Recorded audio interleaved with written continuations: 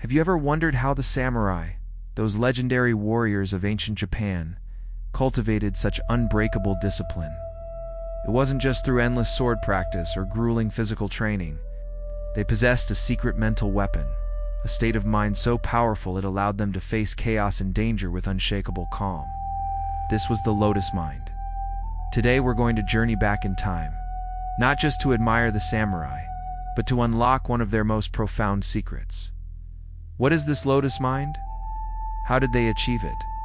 And most importantly, how can we, in our modern, chaotic lives, use this ancient ritual to build our own version of unbreakable discipline? Forget everything you think you know about willpower. We're about to explore a discipline that blossoms from within. Imagine a lotus flower. It grows from the murky, muddy bottom of a pond, pushing its way through the darkness and grime. Yet, when it breaks the surface, it opens into a pristine, beautiful blossom, untouched by the dirt it came from. This powerful image is the very essence of the Lotus Mind. For the samurai, the mud represented the chaos of life, the fear, distractions, the turmoil of battle, and the anxieties of daily existence. The lotus flower, in all its purity, symbolized the mind that could rise above this chaos, remaining clear, focused, and serene, no matter the circumstances. This wasn't just a pretty metaphor, it was a practical philosophy woven into their daily lives. The samurai understood that true strength wasn't about ignoring the mud or pretending it didn't exist. It was about acknowledging it, living within it, but not letting it define you. It's the ability to maintain inner peace and clarity, even when the world around you is a storm. This is the foundation of the discipline we're exploring today. Discipline born not of brute force, but of profound mental and spiritual cultivation. So, how did a samurai begin to cultivate this state of mind? It started with a ritual, but not the kind you might imagine with elaborate ceremonies. This was an internal ritual, a daily practice of observation and acceptance. The first step was what we might call observing the pond. Every morning, often before sunrise, a samurai would find a quiet place to sit. This wasn't just for meditation in the modern sense. It was a dedicated time to mentally scan their pond. They would acknowledge all the mud, their fears about an upcoming battle, their frustrations with the superior, their personal worries. The key here is that they didn't fight these thoughts. They didn't try to suppress them or judge themselves for having them. They simply observed them, like a watchman on a tower observing the landscape below. They understood a critical principle: what you resist persists. By trying to force negative thoughts away, you only give them more power. Instead, the samurai practiced known resistance. There is fear, there is anger, there is doubt. By naming them, they created a distance. The thought was no longer asterisk them, asterisk. This simple act of detached observation was the first step in rising above the mud. It's the difference between being caught in a rainstorm and watching the storm from inside your house. You're aware of the storm, but you are not getting soaked by it. Once they observed the mud of their minds, the next phase of the ritual began: nourishing the stem. This is where the active part of the discipline comes in. The samurai knew that simply observing wasn't enough. You had to actively cultivate the qualities that would help you rise above the chaos. This meant focusing on their core principles, their personal code, what the Japanese call asterisk bushido, asterisk. This wasn't about abstract ideals. It was about tangible, daily actions. They would ask themselves, how will I embody integrity today? How will I show courage, even in small things? How will I practice compassion?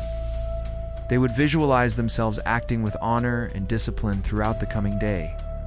This practice was like watering the stem of the lotus, giving it the strength to push upward.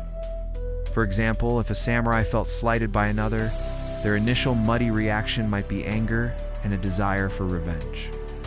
But by nourishing the stem, they would reconnect with their principle of self-control, asterisk Jezi, asterisk. They would choose a response that was dignified and controlled, rather than impulsive and emotional. This conscious choice made every single day strengthened their mental fortitude. It was the daily workout for their discipline muscle. It's the practice of choosing the path of the warrior over the path of raw emotion again and again until it becomes second nature. Now we arrive at the most beautiful part of the ritual, unfurling the blossom. This is the state of mind the samurai strived forth, the lotus mind itself.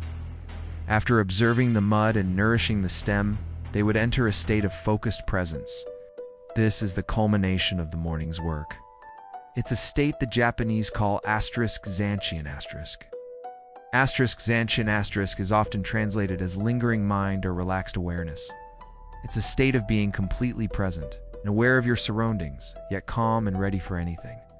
Think of a cat watching a mouse hole.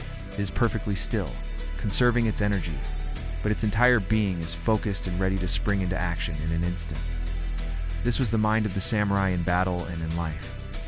In this state, the mind is no longer cluttered with the what-ifs and the if-onlys. The past is gone, the future is not yet here. There is only this moment and the task at hand. Whether it was practicing a sword form, engaging in a tea ceremony, or facing an opponent, the goal was to be 100% present. When your mind is fully in the now, there is no room for fear or distraction. The lotus has bloomed, and it is pristine, perfect, and fully engaged with the world, floating above the murky waters of doubt and anxiety.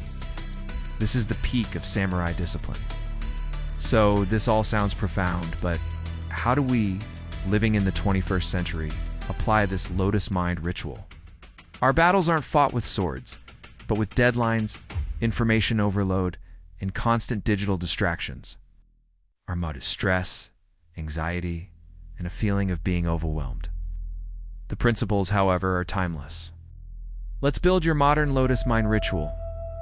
First, observe your pond. Every morning before you check your phone, take just 5 minutes. Sit quietly and just notice what's on your mind.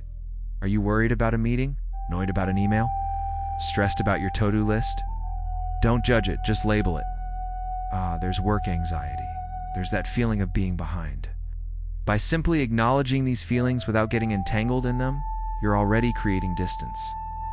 You are not your anxiety. You are the one who is *aware* of the anxiety. Next, nourish your stem. After observing your mental state, ask yourself, what is my intention for today? This isn't about creating a massive to-do list. It's about choosing 1 or 2 core values you want to embody. Maybe it's patience, maybe it's focus, or maybe it's kindness. For example, if your intention is focus, you might decide that when you work on a task, you will close all other tabs and put your phone in another room. This is a small, concrete action that nourishes your stem of discipline. You are consciously choosing to act in line with your higher self, rather than being pulled around by distractions. Finally, practice unfurling the blossom throughout your day. This is your modern-day *zanshin*. When you're working, just work. When you're talking with a friend, just listen. When you're eating your lunch, just eat. Try to do one thing at a time. This is incredibly difficult in our multitasking world, but it is the key to clarity. Each time you pull your attention back to the present moment, you are strengthening your lotus mind. You are training yourself to be where you are, fully. The beauty of the lotus mind ritual is that it's not about achieving some perfect, permanent state of zen. The mud will always be there. Life will always be messy and chaotic. The samurai knew this. The goal isn't to eliminate the mud. The goal is to get better at growing out of it every single day. The discipline comes from the daily practice, from the commitment to the ritual itself. It's about building a mind that can navigate the messiness of life with grace, focus, and an unshakable inner calm. It is a strength that blooms from within. The legacy of the samurai isn't just in their swords or their armor, it's in their minds. The lotus mind is a powerful testament to the human ability to cultivate peace and discipline in the midst of chaos. It's a tool that is just as relevant today as it was 1,000 years ago. So I invite you to try it. Start your own lotus mind ritual tomorrow morning. Observe your pond, nourish your stem, and practice unfurling your blossom. You might just discover a source of discipline and clarity you never knew you had. Thank you for joining me on this journey into the hidden samurai code. If you found value in this exploration, please consider liking this video and subscribing to the channel for more insights into the timeless wisdom of the warrior path. Till next time, stay focused and keep growing.